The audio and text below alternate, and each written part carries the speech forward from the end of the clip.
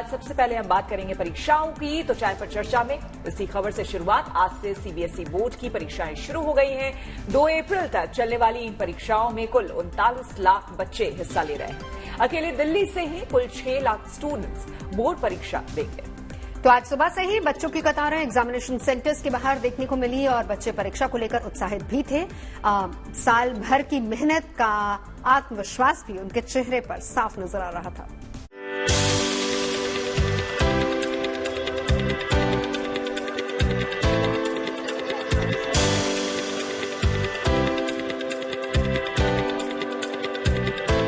CBSE board परीक्षा के पहले दिन सुबह से ही छात्र छात्राओं की भीड़ परीक्षा केंद्रों पर जुटने लगी।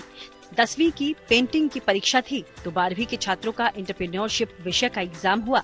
जाहिर है इन बच्चों के लिए ये पल बेहद खास है। आखिर इसी के लिए तो साल भर मेहनत की है।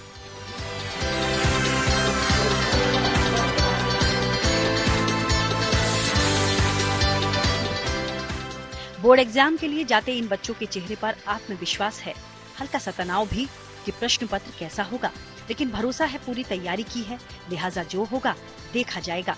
इनमें से बहुत से छात्र पहली बार बोर्ड परीक्षा दे रहे हैं। ये तैयारी पूरी अब देखा जाएगा। तो पहली बार एग्जाम दे रहे हैं, कौन सी क्लास? 10th में। 10th में बोर्ड का एग्जाम पहली बार दे रहे हैं। हाँ। तो कैसा लग रहा है पूरा? अच्छा लग रहा है मेरे को बोर्ड का एग्जाम देते हुए। पूरी तैयारी। पहली बार बोर्ड का एग्जाम दे रहे हैं। हाँ।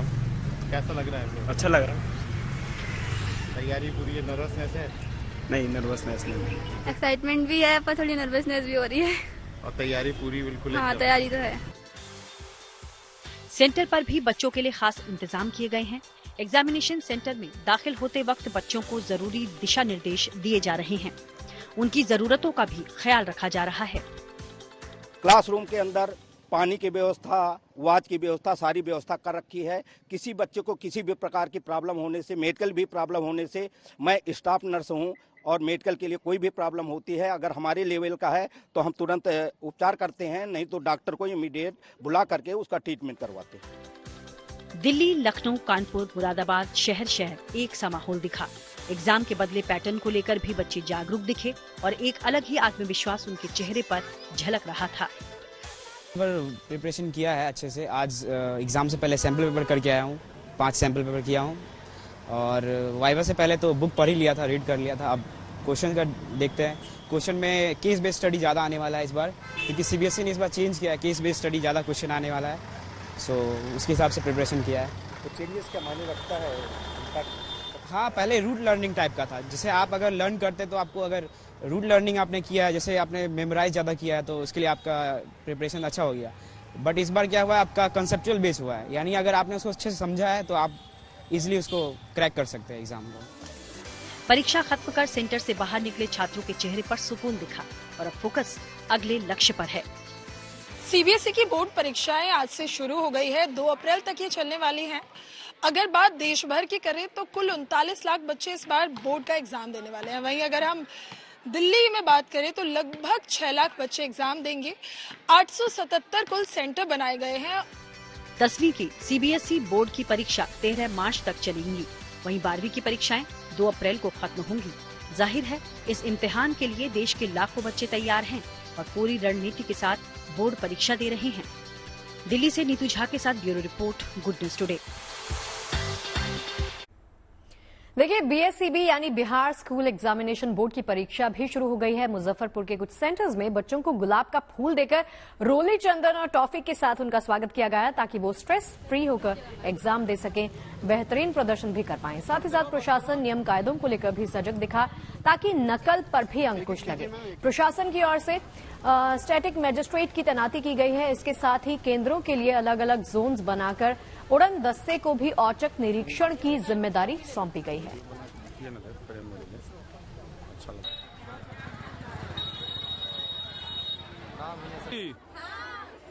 बहुत खुश है। बहुत खुश है। बहुत खुश है। पूरी तैयारी है जी। आज तो हिंदी की परीक्षा है प्रथम दिन। हाँ, पूरी तैयारी है। हाँ, पूरी तैयारी। कहाँ से आए हो आप? बिहार से। अच्छा, पहली बार परीक्षा में तो काफी डर रहता है, लेकिन सेंटर पर तो काफी खुशनुमा माहौल है। जी सर, थोड़ी भी डर। तो यहाँ पर तो तनाव मुक्त व्यवस्था की जा रही, रोली चंदन, फूल वर्षा, गुलाब का फूल दिया जा रहा है। जी सर, बहुत अच्छा लग रहा है। और चलिए अब बात करते हैं गुरुग्राम में रहने वाले जुड़वा भाइयों की बड़ी कामयाबी की। जुड़वा होने के नाते दोनों भाई न सिर्फ एक से दिखते हैं बल्कि दोनों के टैलेंट में भी कोई फर्क नहीं दिखता। दोनों भाइयों का जेईई मेन में शानदार प्रदर्शन रहा है। एक भाई तो देश के 29 छात्रों में शामिल है जिन्हें जेईई मेन में 100% हासिल हुआ है। आरव ने 100% स्कोर किया है तो उनके भाई आरुष ने 99.69 स्कोर हासिल किया है।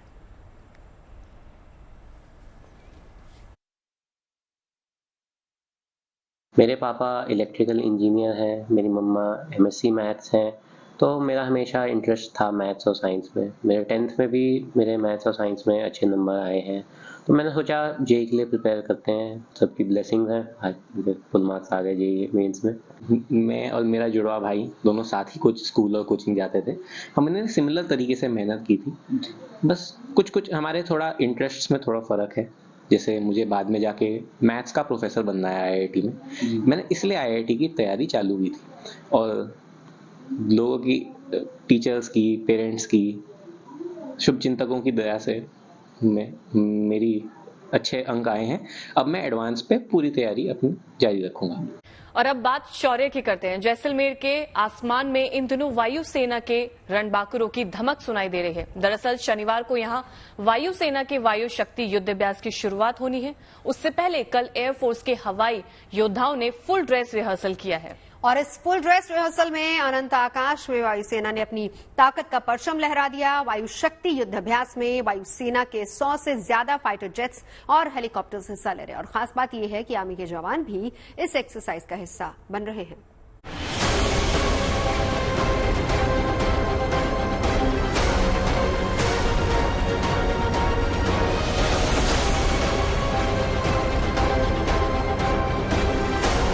ये ट्रेलर है उस युद्धाभ्यास का जो 17 फरवरी से जैसलमेर के पोखरण फील्ड फायरिंग रेंज में शुरू होने जा रहा है।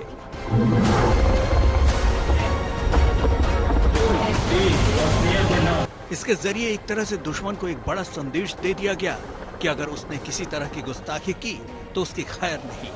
17 फरवरी से शुरू होने जा रहे वायु शक्ति 2024 को लेकर बुधवार को फुल ड्रेस रिहर्सल में जैसलमेर का पोखरण रेंज बम धमाकों, मिसाइल, हेलीकॉप्टर और फाइटर जेट की दहाड़ से गूंजता रहा। इस रिहर्सल में वायुसेना ने अपनी अचूक मारक क्षमता का प्रदर्शन किया। करीब 1300 किलोमीटर प्रति घंटे की रफ्तार से उड़ान भरते हुए राफेल ने अपने टारगेट पर सटीक निशाना लगाया और दुश्मनों की मिसाइलों से बचने के लिए आसमान में फ्लेयर्स भी फायर किए।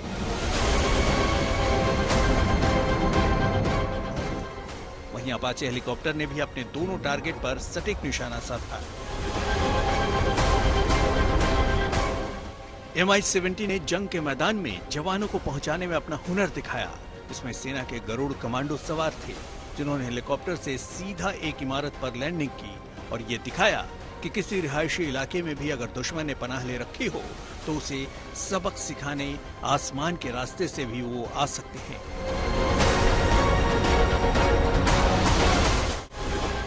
एक अस्थायी हवाई पट्टी पर लैंडिंग और टेक ऑफ करके हरक्यूलस ने जता दिया कि आपात स्थिति में ये विशाल विमान छोटे रनवे पर भी कमाल दिखा सकता है।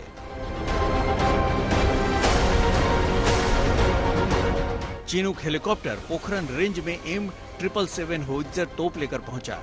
इस रिहर्सल में जमीन से हवा में मार करने वाली मिसाइलों की ताकत का प्रदर्शन भी किया गया।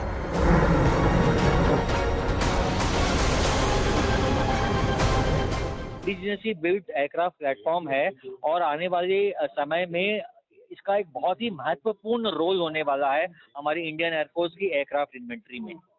जाने वाले टाइम में बहुत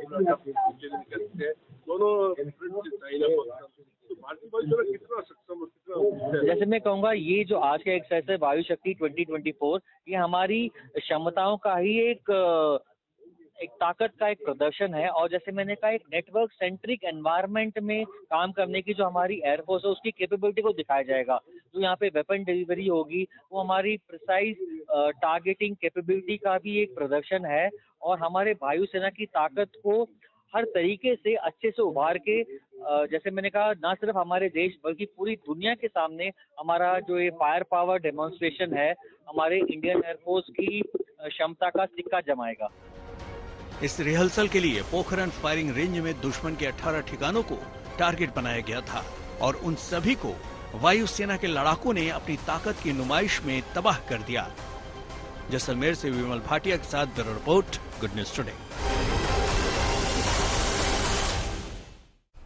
चलिए अब आपको मिलवाते हैं उमेश गोपीनाथ जाधव के साथ, जो कि पेशे से संगीतकार हैं। पुलवामा अटैक के वक्त उमेश गोपीनाथ ने एक अनूठा सा प्रण लिया। प्रण क्या है श्वेता? बिल्कुल, आपको बता दें कि उस दौरान पिछले 5 साल से उमेश देश भर में घूम घूम कर शहीदों के आंगन से मिट्टी इकट्ठा कर रहे हैं और इस मिट्टी से भारत के नक्शे के आकार का मेमोरियल बनवाने की कोशिश कर रहे हैं। उमेश जी पिछले 5 साल से शहीदों के आंगन की मिट्टी तो इकट्ठा कर ही रहे हैं, लेकिन इस पूरे सफर में इनकी गाड़ी भी सैनिकों के वॉर्स के प्रतीकों से भर चुकी है। इस गाड़ी में ऐसी बहुत सारी चीजें हैं जो उन सैनिकों की याद दिलाती हैं जिन्होंने अपना सर्वोच्च बलिदान दिया, उन लड़ाइयों की याद दिलाती हैं जो देश के लिए लड़ते हुए सैनिकों की शहादत उन लड़ाइयों में हुई। मैं यहाँ से चालू करना चाहता हूँ कि जो लौट के घर ना आए, ये ट्रैवल उन वीरों के लिए था जिन्होंने हमारा आज के लिए, उनका कल उन्होंने जो कुर्बान दिया। ये मेरी गाड़ी नहीं है, मैं इसे बोलता हूँ ये देश की गाड़ी है, क्योंकि ये राष्ट्र के लिए समर्पित है। और इस गाड़ी में ये खासियत बोलना चाहता हूँ कि अकेला निकला था मैं मुसाफिर, लोग मिलते गए और कारवां बनता गया। ये गाड़ी बिल्कुल एक साधारण गाड़ी थी और यहाँ पर मैं एक छोटा पोस्टर लगाया था मैंने कि मंड्या से पुलवामा 9 अप्रैल 2019 को ग्रुप सेंटर सीआरपीएफ बैंगलोर से मैं निकला हूँ। 14 फरवरी 2020 को पुलवामा जो स्मारक बना है वहां पर मैंने मिट्टी दी। और ये आप इसमें देखेंगे कि नेशन फर्स्ट है, वो एमओ बॉक्सेस है। उसके बाद में ये जो लाइट्स आप देख रहे हैं ये आर्मी के जीप्स में होता है, उनके ट्रक्स में होता है। ये सभी यूनिट ने विद रिस्पेक्ट उनके वीरों के लिए उन्होंने, इसलिए ये गाड़ी इतनी आपको सजीव दिख रही। ये फोन एक ब्रिगेडियर सर ने मुझे with respect they, this was used in the Kargil war. और ये सम्मान है कि गाड़ी इसलिए नहीं सजी है कि इसके ऊपर ये सारी लगी है, सम्मान इसलिए कि ये सभी जंग में वर्ल्ड वॉर 1 से लेके अब तक जो जो जंग में इस्तेमाल हुई है उनके ये प्रतीक है। कई सारे स्टिकर्स हम लोग देख पा रहे हैं, क्या फैमिलीज ने लगाए हैं? ये आप अगर देखेंगे यहाँ पर मैं बताना चाहता हूँ ड्यूटी अनटू डेथ जो हो बीएसएफ का था, ये लोगों का ये था कि हम फौजी है, you know, once a soldier always a soldier. यहाँ पर आपको दिखेगा कि जय हिंद जय भारत और कर चले हम फिदा जानो तन साथियों, अब तुम्हारे हवाले वतन साथियों। तो ये एक प्रतीक है, ये अपने आप में एक भारतीय का एक परंपरा की असंभव को संभव करने की कोशिश है। और ये हम कई सारी कैप्स देख पा रहे हैं, ये क्या है? ये सभी जो ऑफिसर्स मिले, जो यूनिट्स मिली है, जो उनकी पलटन मिली है, उन्होंने ये सियाचिन बेस कैंप से मैंने मिट्टी ली है कि -55 डिग्रीज में हमारे वीर हमारे देश की रक्षा कर रहे हैं। ये जो सभी फोर्सेस का रिस्पेक्ट है और मैं ये बोलना चाहती हूँ ये रिस्पेक्ट जो है ये देते नहीं है, इसे कमाना पड़ता है। तो ये पूरी गाड़ी एक तरह से प्रतीक चिन्ह बन चुकी है शहीदों की, उन तमाम युद्ध की जो हमारे सैनिकों ने लड़ी। ये मिट्टी आप देख ही रहे हैं किस तरह से गाड़ी में रखी गई है, कलश में मिट्टी लेकर ये आए हैं और तमाम तस्वीरें भी इसमें आप देख रहे हैं शहीदों की। और ये कह रहे हैं कि ये एक तरह से मंदिर है इनका। तो एक सैनिक तो अपना सर्वोच्च बलिदान देकर चला जाता है, लेकिन उसके पीछे उसके परिवार के पास जब इस तरह से एक कॉमन मैन पहुंचता है तो जाहिर तौर पर ये उस परिवार के लिए एक और गौरव का क्षण होता है कि उनके लाल को अब तक लोग याद कर रहे हैं। हरियाणा के झज्जर में एक ऐसा कैंसर अस्पताल बनकर तैयार है जहां मरीजों को किफायती लेकिन हाईटेक इलाज मुहैया कराया जा रहा है। ये national cancer institute Delhi AIIMS की एक शाखा है, लेकिन पूरी तरह कैंसर को समर्पित है। यहां महज कुछ रुपयों में टेस्टिंग से लेकर ट्रीटमेंट तक किया जा रहा है।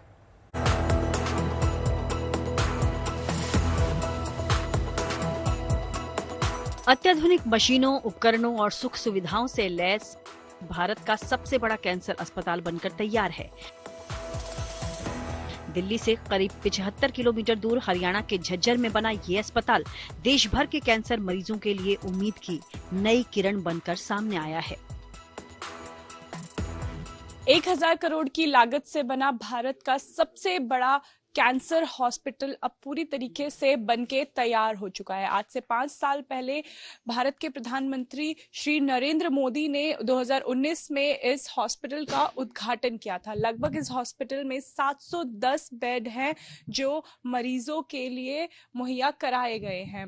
अक्सर हम देखते हैं हॉस्पिटलों में, एम्स में मरीजों को बेड लेने में मुश्किलें होती हैं। वो मुश्किल इस हॉस्पिटल में ना हो, इसलिए हरियाणा के झज्जर में भारत का सबसे बड़ा कैंसर हॉस्पिटल बनाया गया है। खास बात यह है इस कैंसर हॉस्पिटल की कि दिल्ली एम्स के डॉक्टर्स जो हैं वो इस हॉस्पिटल में आके एक साथ दिल्ली एम्स के साथ साथ झज्जर के हॉस्पिटल में भी मरीजों का इलाज करेंगे।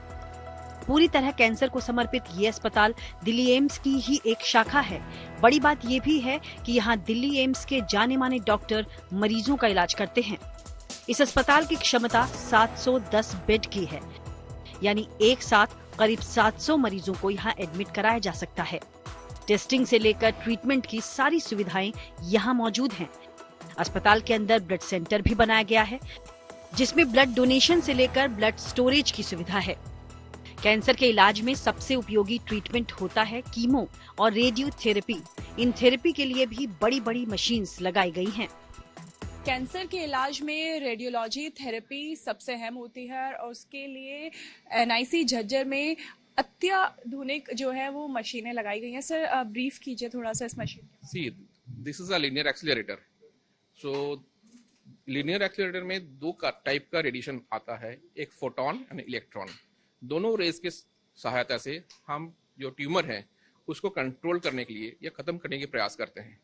सो that is the aim. So हम IMRT, VMAT, SRS, SRT, SBRT ये अलग अलग प्रकार के ट्रीटमेंट पेशेंट को यहाँ पे अवेलेबल करवाते हैं in a very affordable cost of 750 rupees only. 750 जो है वो NIC झज्जर का चार्जेस है। अगर बाहर ये इलाज कराया जाए, थेरेपी ली जाए, बाहर इसका कॉस्ट वेरिएबल होते हैं। कई प्राइवेट सेंटर्स में इसका कॉस्ट 2 से 2.5 लाख रुपए हो सकता है। इवन आयुष्मान भारत में भी इसका कॉस्ट करीब लाख 1.25 लाख रुपए होता है, बट एम्स में ये कॉस्ट ओनली 750 रुपए रखा गया NCI में। झज्जर कैंसर हॉस्पिटल में एक और बड़ी सुविधा मरीजों के परिजनों के रहने खाने की है। परिजनों के लिए भी बेहद कम कीमत पर 710 बेड का अलग वार्ड बनाया गया है और 2 वक्त के खाने पीने के लिए महज 140 रुपये खर्च करने पड़ते हैं। हॉस्पिटल की खास बात यह है कि इस हॉस्पिटल में कैंसर पेशेंट्स के लिए 710 बेड बनाए गए हैं। साथ ही उनके साथ आए हुए परिजनों के लिए भी एक अलग से वार्ड बनाया गया है जिसका नाम दिया गया है इंफोसिस फाउंडेशन विश्राम सदन। यानी ये एक ऐसा ब्लॉक है जहां पे मरीजों के साथ आए हुए परिजन भी रुक सकते हैं और जो सरकारी दाम जो है यहाँ पे रुकने का रखा गया है, मात्र 140 रुपए में यहाँ रुका जा सकता है, खाना खाया जा सकता है। प्रतिदिन का किराया 140 है। 710 बेड मरीजों के परिजनों के लिए भी इस हॉस्पिटल में बनाए गए हैं। झज्जर के इस कैंसर अस्पताल की सबसे खास बात यहाँ का किफायती इलाज है। प्राइवेट हॉस्पिटल्स में जहाँ इलाज में लाखों खर्च करने पड़ते हैं, वो यहाँ महज 750 रुपए में किया जाता है।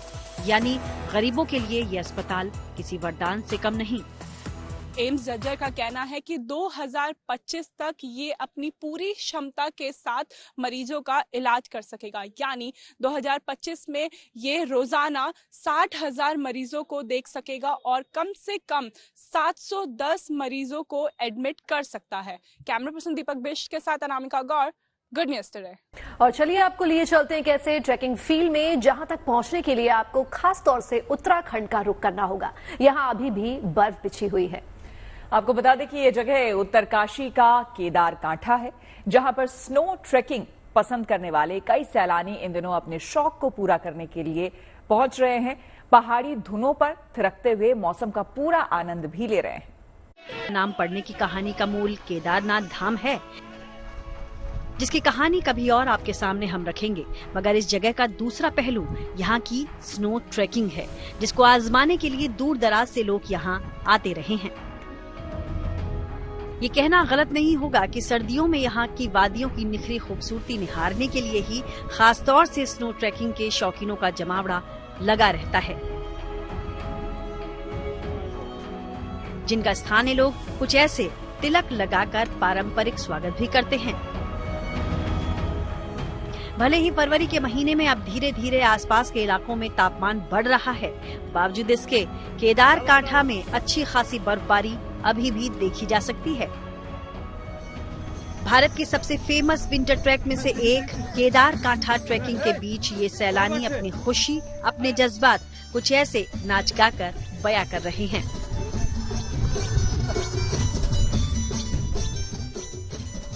बर्फ से ढकी केदारकांठा ट्रैक की खूबसूरती को बयां करना फिलहाल तो मुश्किल है। यही वजह है कि केदारकांठा न केवल धार्मिक वजहों से बल्कि अपनी स्नो ट्रैकिंग के साथ ही अपनी हसीन वादियों और खूबसूरत पहाड़ों के लिए देश के सबसे पसंदीदा पर्यटन स्थलों में गिना जाता है। उत्तरकाशी से ओंकार बहुगुणा के साथ bureau report, good news today. देखिए, बोलीविया में ला पाज के बाद दुनिया की दूसरी सबसे बड़ी रोपवे पहाड़ों की रानी शिमला में बनने जा रही है। शिमला में करीब 14 किलोमीटर लंबे रोपवे का निर्माण कार्य अगले साल सितंबर-अक्टूबर के महीने में शुरू होने की उम्मीद है। और इस रोपवे में 13 बोर्डिंग और एक टर्निंग स्टेशन होगा। आसान भाषा में अगर इसको समझाएं तो मेट्रो ऑन द रोप भी हम इसे कह सकते हैं, जिसमें राजधानी शिमला के आम लोग अपने गंतव्य स्थल तक पहुंच सकेंगे।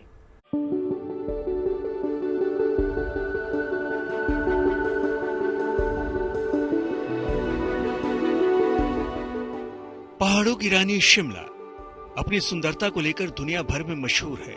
जिस समय शिमला शहर का निर्माण हुआ था, उस समय किसी ने भी सोचा नहीं था कि आज शहर का हाल बेहाल उसकी ट्रैफिक व्यवस्था की वजह से हो जाएगा। शहर की जनसंख्या तो बढ़ी ही है, टूरिस्ट के बढ़ने से शहर की हालत और खराब हो जाती है। ऐसे में एक ऐसे पब्लिक ट्रांसपोर्ट की जरूरत महसूस की जा रही थी जो जगह भी कम ले और लोगों की मुश्किलें भी दूर कर सके और जेब पर भी खर्च ज्यादा न आए। इसलिए शिमला की ट्रैफिक व्यवस्था को सही रखने के लिए सरकार ने एक प्लान तैयार किया है और वो है रोपवे का, जो करीब 14 किलोमीटर का होगा। ये प्रोजेक्ट जो अर्बन जो डीकंजेशन है शिमला की, उसके लिए बहुत सुचारू रूप से कार्य करेगा, क्योंकि ये एक ऐसा प्रोजेक्ट है जिसमें रोड से बेसिकली उठा करके आप नॉट ओनली टूरिस्ट, जो लोकल एम्प्लॉयज हैं जो डेली सुबह अपने ऑफिस जाएंगे, स्कूल वाले स्कूल के बच्चे जाएंगे, उनके लिए भी ये काफी सहूलियत प्रदान करेगा। और इसका जो किराया है लगभग जो कन्वेंशनल मोड ऑफ ट्रांसपोर्ट है जैसे बसेस, उससे कंपेरेबल होगा। इस परियोजना में शिमला की खूबसूरती भी बनी रहेगी और रोपवे का सफर पर्यावरण संरक्षण के साथ साथ किफायती और सुरक्षित भी होगा। खास तौर पर जो आम लोग हैं और जो टूरिस्ट है, ट्रैफिक कंजेशन की वजह से परेशान होते हैं, जिन्हें दो चार होना पड़ता है, उन्हें जरूर बड़ी राहत मिलेगी। उसके साथ साथ प्रकृति की सौंदर्यता भी कहीं ना कहीं वो निहार सकेंगे और सीधे तौर पर जो ट्रैफिक कंजेशन है उसको कम करने में इस प्रोजेक्ट के जरिए है वो मदद मिलेगी। इस रोपवे परियोजना की लागत करीब 1600 करोड़ रुपए होगी। इसके निर्माण की शुरुआत सितंबर 2024 में होने की उम्मीद है और इसके 2029 में पूरा होने का अनुमान है। इस परियोजना में 3 लाइनें होंगी, मोनाल, देवदार और सेब। रोपवे के हर केबिन में 10 व्यक्तियों के बैठने की क्षमता होगी। प्रति घंटे इसमें 3000 लोग सफर कर सकेंगे। यह परियोजना 76 किलोमीटर के सड़क नेटवर्क को कवर करेगी, जबकि पूरे प्रोजेक्ट में करीब 9 हेक्टेयर जमीन ही इस्तेमाल होगी। इस प्रोजेक्ट में स्टेशन के पास पार्किंग की सुविधा भी मिलेगी। शिमला को इस परियोजना की जरूरत इसलिए भी है क्योंकि इससे एक तो शिमला की आबो हवा बरकरार रहेगी और ये आने वाले 40 साल तक ट्रैफिक की व्यवस्था सुचारू रख सकेगी। ये टोटल प्रोजेक्ट जो होगा ये हमारा अप्रोक्सीमेटली 1555 करोड़, आप 1600 करोड़ का रखें, 1600 करोड़ का प्रोजेक्ट होगा और ये नेक्स्ट 40 इयर्स, अगले 40 साल के लिए ट्रैफिक का लोड लेने के लिए सक्षम है। इस रोपवे की शुरुआत तारा देवी स्टेशन से होगी। इसमें 13 बोर्डिंग डिबोर्डिंग स्टेशन होंगे, जबकि एक स्टेशन टर्निंग स्टेशन होगा। Judicial complex, 2D Kandi parking, new ISBT, railway station, old ISBT, lift point, Sachivalaya, Naubahar, Sanjauli, IGMHSC, ice skating rink, hotel Cecil और विक्ट्री टनल पर टर्निंग स्टेशन होगा। फिलहाल इस परियोजना का ड्रोन के जरिए सर्वेक्षण जियो टेक्निकल सर्वे हो चुका है और फॉरेस्ट डिपार्टमेंट से जमीन अधिग्रहण का क्लियरेंस अगले 3 से 4 महीने में पूरा हो जाएगा। Lalit Sharma, Shimla, good news today. देखिए, एटीएम मशीन से पैसे निकालने तो आप जाते होंगे, लेकिन क्या आपने कभी एटीएम से पिज्जा निकाला है? बिल्कुल, ये अपने आप में सुनने में बहुत ही हैरानी होती है, लेकिन ऐसा सच है। आज आपको हम पिज्जा देने वाली मशीन दिखाने वाले हैं, एटीएम मशीन। ये मशीन चंडीगढ़ में सुखना लेक के पास लगाई गई है।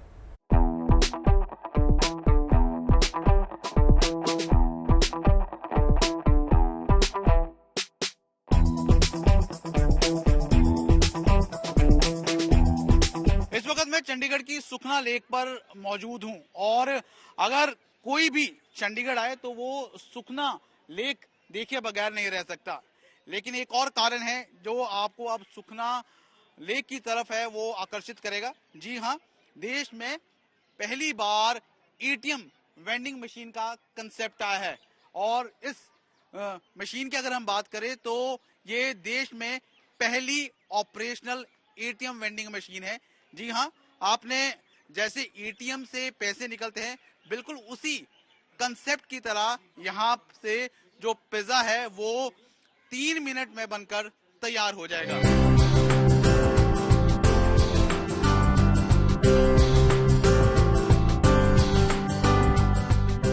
सबसे पहले तो रोहित जी बहुत बहुत स्वागत है आपका। Thank you so very much Sharma साहब, आपका भी बहुत स्वागत है पिज्जा एटीएम पे। Thank you. रोहित जी, इस कंसेप्ट की अगर हम बात करें, यूरोप में ये कंसेप्ट काफी पॉपुलर है जी, लेकिन अगर हम अपने देश की बात करें तो हमारे देश में ये कह सकते हैं कि ये पहला है जो ऑपरेशनल इस वक्त हिंदुस्तान भर में, इनफैक्ट अगर कहें तो पूरे एशिया भर में ये ओनली पिज्जा वेंडिंग मशीन है जो ऑपरेशनल है इस वक्त।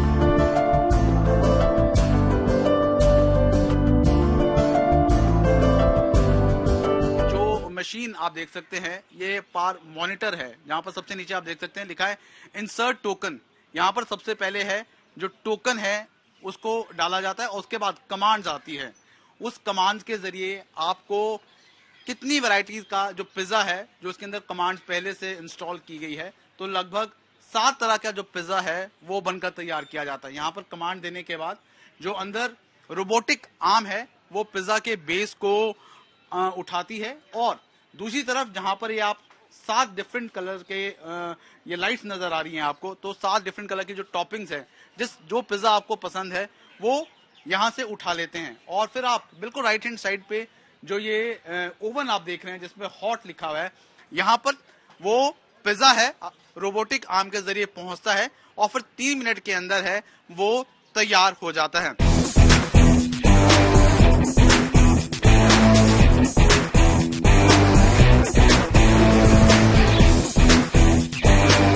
आदमी इवन एक बच्चा भी चला सकता है, इसमें किसी भी आदमी को यहाँ पे खड़े होने की जरूरत नहीं है।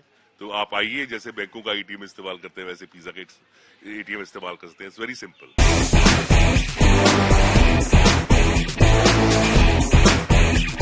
तो आप देख सकते हैं कि एक पिज्जा है जो बनकर तैयार हुआ है। एक बार देखते हैं इसका टेस्ट। हमारा सिग्नेचर पिज्जा है जिसे हवाइन पिज्जा कहते हैं। कौन सा पिज्जा है? ये हमारा सिग्नेचर पिज्जा है, इसे हवाइन पिज्जा कहते हैं जी। बिल्कुल, हवाइन। तो ये हवाइन पिज्जा है। एक बार चेक करते हैं किस तरह का इसका टेस्ट है, क्योंकि अगर हम बाकी जो पिज्जाज हैं उससे कितना अलग है, कितना अच्छा है, एक बार देख के बताते हैं।